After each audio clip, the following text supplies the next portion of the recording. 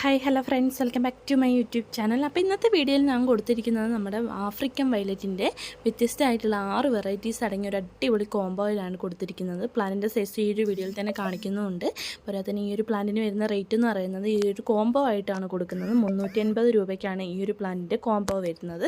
നല്ല കിഡിലും ചാൻസാണ്. ഇത്രയും റേറ്റ് കുറച്ചിട്ട് കൊടുക്കുമ്പോൾ പെട്ടെന്ന് തന്നെ വാങ്ങിക്കോളൂ. സ്റ്റോക്ക് തീരുന്നതിന് മുമ്പ് അത് നല്ല അടിപൊളി പ്ലാന്റ്സ് ആണ് കൊടുക്കുന്നത്. സീസണലല്ലാത്ത ചെടിയും കൂടിയാണ് നമ്മുടെ ഈ ഒരു ആഫ്രിക്കൻ വയലറ്റ് എന്ന് പറയുന്നത്. നമുക്ക് ഒരുപാട് കാലത്തേക്ക് കിട്ടുന്ന ഒരു ചെടിയും കൂടിയാണ്. അപ്പോൾ നമ്മുടെ ഈ ഒരു പ്ലാന്റിൻ്റെ പോട്ടിങ്സ് എന്ന് പറയുന്നത് മണ്ണ് കുറച്ച് എടുക്കാവൂ, ചകിരിച്ചോറ് കുറച്ച് അധികം എടുക്കുക, അതിൻ്റെ ഒപ്പം തന്നെ ചാണകപ്പൊടിയും കുറച്ച് അധികം എടുക്കുക. ഇതാണ് നമ്മുടെ ഈ ഒരു ആഫ്രിക്കൻ വയലറ്റിൻ്റെ പോട്ടിങ്സ് എന്ന് പറയുന്നത്.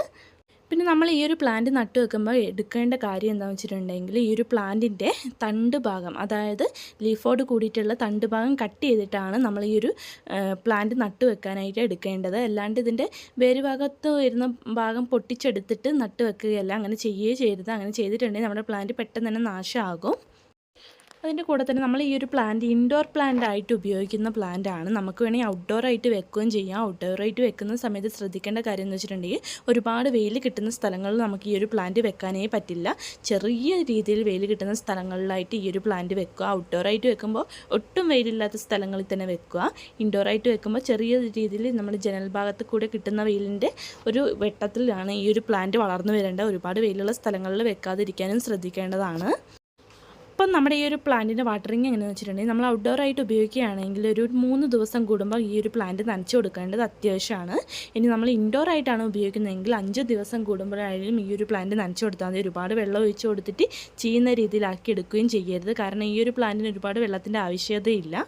ഈ ഒരു പ്ലാന്റിൻ്റെ തണ്ട് ഇതിൻ്റെ വെള്ളം കിട്ടുന്ന വെള്ളം എത്രയാണോ അതിനനുസരിച്ച് വലിച്ച് സൂക്ഷിച്ച് വെക്കുന്ന ഒരു ചെടിയും കൂടിയാണ്. അപ്പോൾ ഈ ഒരു പ്ലാന്റ് വേണമെന്നുള്ളവരുണ്ടെങ്കിൽ പെട്ടെന്ന് തന്നെ വാട്സപ്പ് നമ്പർ കൊടുത്തിട്ടുണ്ട്, അതിലേക്ക് കോൺടാക്ട് ചെയ്യുക. സ്ക്രീനിൽ നിങ്ങൾക്ക് കാണാൻ കഴിയുന്നതാണ്. 6 കളറിന് 380 രൂപയെ വരുന്നുള്ളൂ. പെട്ടെന്ന് തന്നെ വാങ്ങിക്കുള്ള. സ്റ്റോക്ക് തീരുന്നതിന് മുമ്പ് നമുക്ക് വളർത്താൻ പറ്റിയ ഒരു അടിപൊളി പ്ലാന്റാണ് നമ്മുടെ ഈ ഒരു ആഫ്രിക്കൻ വയലറ്റ് എന്ന് പറയുന്ന പ്ലാന്റ്. അപ്പോൾ എൻ്റെ ഈ ഒരു വീഡിയോ, ഈ ഒരു ആഫ്രിക്കൻ വയലറ്റിൻ്റെ വീഡിയോ എല്ലാവർക്കും ഇഷ്ടമായെന്ന് വിചാരിക്കുന്നു. ഇഷ്ടമായവരുണ്ടെങ്കിൽ ലൈക്ക് ചെയ്യുക. ഇനി നമ്മുടെ വീഡിയോ ഇതുവരെ കണ്ടിട്ട് സബ്സ്ക്രൈബ് ചെയ്യാതെ പോകുന്ന കൂട്ടരുണ്ടെങ്കിൽ ഒന്ന് സബ്സ്ക്രൈബ് ചെയ്ത് സപ്പോർട്ട് ചെയ്ത് കൂടെ നിൽക്കുക. അടുത്തൊരു വീഡിയോ ആയിട്ട് ഞാൻ വീണ്ടും വരുന്നതായിരിക്കും. ഒരു അടിപൊളി കോംബോ ആയിട്ട് ഇനിയും വരുന്നതായിരിക്കും.